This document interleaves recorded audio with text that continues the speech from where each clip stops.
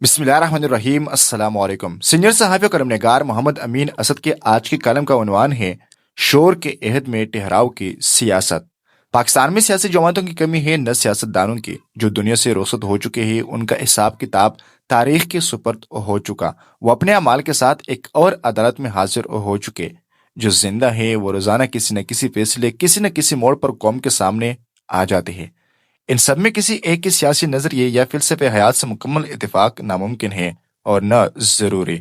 سیاستدان اندھی حقیقت نہیں، شعوری انتخاب کا تقاضا کرتی ہے۔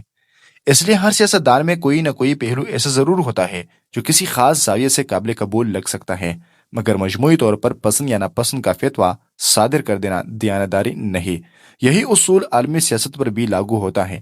ہر فکر کو اس کے زمانی، سماجی اور سیاسی تناظر میں رکھ کر ہی پرکھا جا سکتا ہے۔ اسی اصول کے تحت مولانا فضل الرحمان کو دیکھنے سے ایک پیچیدہ مگر بامانی تصویر سامنے آتی ہے۔ مولانا فضل الرحمان پاکستانی سیاست کی ان چہروں میں سے ہے جو خبر نہیں بنتے، خبر کو جیلتے ہیں۔ ان کی گرد شور کم اور کہانی زیادہ ہوتی ہے۔ ان کی سیاست اشتہار کی محتاج نہیں، یہ ایک مسلسل سفر ہے جس میں مدرسے کی خاموش گلیاں بھی ہے اور اقتدار کے پرہجوم ایوان بھی۔ وہ وقت کے ساتھ نہیں بہتے، وقت کو اپنے ساتھ بہنے پر مجبور کرتے ہیں، اور یہی وصف انہیں محض سیاستدان نہیں بلکہ ایک سیاسی کردار بناتا ہے۔ یہ کردار محض ذاتی ذہانت کا نتیجہ نہیں بلکہ ایک روایت سے جڑا ہوا ہے۔ مفتی محمود کا نام اس گھر میں صرف ایک یادگار نہیں بلکہ ایک معیار تھا، تحمل کا، دلیل کا اور یہ شعور رکنے کا کہ کب بولنا ہے اور کب خاموش رہنا ہے۔ مولانا نے اسی روایت میں آنکھ کھولی۔ شاید اسی لیے ان کی گفتگو میں جلد بازی نہیں بلکہ ٹھہراؤ نظر آتا ہے، اور ان کے فیصلوں میں وقتی جوش کے بجائے طویل المدت حساب جھلکتا ہے۔ محض 27 برس کی عمر میں جماعت کی قیادت سنبھالنے والا یہ نوجوان امرت کے خلاف تحریک بحال جمہوریت سے سیاست میں داخل ہوا۔ 1988 میں قومی اسمبلی، 1993 میں خارجہ امور کی قائمہ کمیٹی اور پھر 2002 میں متحدہ مجلس عمل کے پلیٹ فارم سے قائد حزب اختلاف بنا۔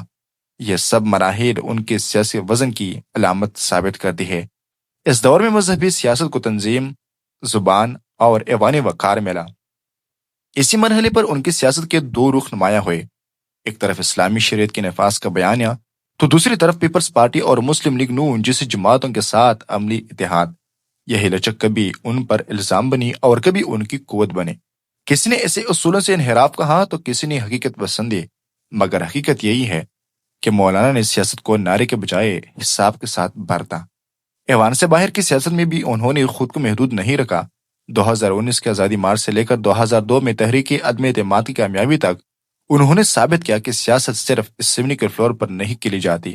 مدارس و مساجد کا وسیع نیٹ ورک ان کی طاقت بھی ہے اور تنقید کا مرکز بھی، مگر ایسے بنیاد پر انہوں نے دباؤ کی سیاست کو مؤثر بنایا۔ یہ سفر ہمیشہ ہموار نہیں رہا۔ نیب کے مقدمات، اساسوں پر سوالات اور بیک وقت کئی سمتوں میں کھیلنے کے الزامات ان کی سیاسی بوجھ کا حصہ رہے، مگر مولانا نے شکست کو تماشا نہیں بنایا۔ وہ ہار کو ایک سبق سمجھ کر محفوظ رکھتے ہیں اور اگلے مرحلے میں اسی سبق کے ساتھ آگے بڑھتے ہیں۔ سیاست میں یہ صبر کم لوگوں کے حصے میں آتا ہے۔ روابط اور چکرش پاکستانی سیاست کا مستقل باب ہے۔ مختلف ادوار میں قربتیں بھی رہیں اور فاصلے بھی۔ کبھی مفاہمت نے راستہ بنایا، کبھی اختلاف نے سرخی، مگر ایک بات مسلسل رہی، مولانا نے دروازے بند نہیں کیے۔ حکومت میں ہو تو مکالمہ، اپوزیشن میں ہو تو دباؤ، دونوں صورتوں میں ان کی زبان مہذب اور مقصد واضح رہا۔ ان پر آرا مختلف ہے، کوئی انہیں پرانی سیاست کا نمائندہ کہتا ہے، کوئی آزمودہ شطرنجی کھلاڑی، مگر ایک بات پر دوست و مخالف دونوں متفق ہے کہ مولانا فضل الرحمان کو نظر انداز کرنا ممکن نہیں۔ وہ گفت و شنید کی مس پر بھی موجود رہتی ہیں اور اختلاف کے میدان میں بھی خاموشی کے ساتھ مگر بھرپور وزن کے ساتھ۔ مولانا فضل الرحمان کی سیاست دراصل بقا اور اثر رسوخ کی ایسی داستان ہے جس میں عقیدہ اور عمل ایک دوسرے کی نفی نہیں بلکہ تکمیل کرتے دکھائی دیتے ہیں۔ یہ سیاست نہ لمحوں کی قیدی ہے نہ نعروں کی اسیر۔ یہ موسموں کو پرکھتی ہے، وقت کو سمجھتی ہے اور فیصلوں کو شور کے بجائے ٹھہراؤ کے ساتھ آگے بڑھاتی ہے۔ یہی وہ سیاست ہے جو چیختی نہیں مگر دیر تک اپنی موجودگی کا احساس دلاتی رہتی ہے۔ شکریہ۔